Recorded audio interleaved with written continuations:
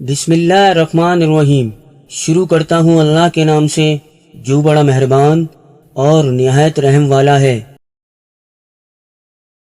ثابت نے حضرت انس رضی اللہ عنہ سے روایت کی، کہا نبی صلی اللہ علیہ وآلہ وسلم ہمارے یہاں تشریف لائے، وہاں میری والدہ اور میری خالہ ام حرام کے سوا کوئی نہ تھا۔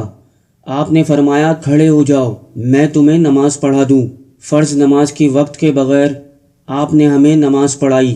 ایک آدمی نے ثابت سے پوچھا، آپ صلی اللہ علیہ وآلہ وسلم نے انس رضی اللہ عنہ کو اپنی کس جانب کھڑا کیا تھا؟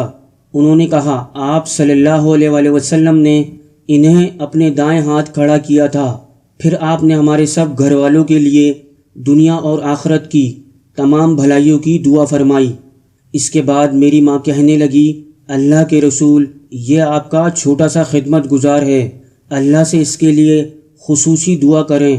کہا، آپ نے میرے لیے ہر بھلائی کی دعا کی، اور میرے لیے آپ نے جو دعا کی اس کے آخر میں یہ تھا، آپ نے فرمایا، اے اللہ اس کا مال اور اس کی اولاد زیادہ کر اور اس کے لیے ان میں برکت ڈال دے۔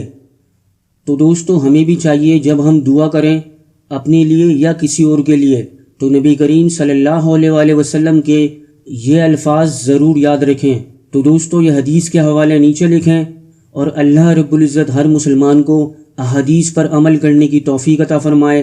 فیس بک اور واٹس ایپ پہ ضرور شیئر کریں، اور اگر چینل کو سبسکرائب نہیں کیا ہے تو سبسکرائب کر لیں۔ السلام علیکم۔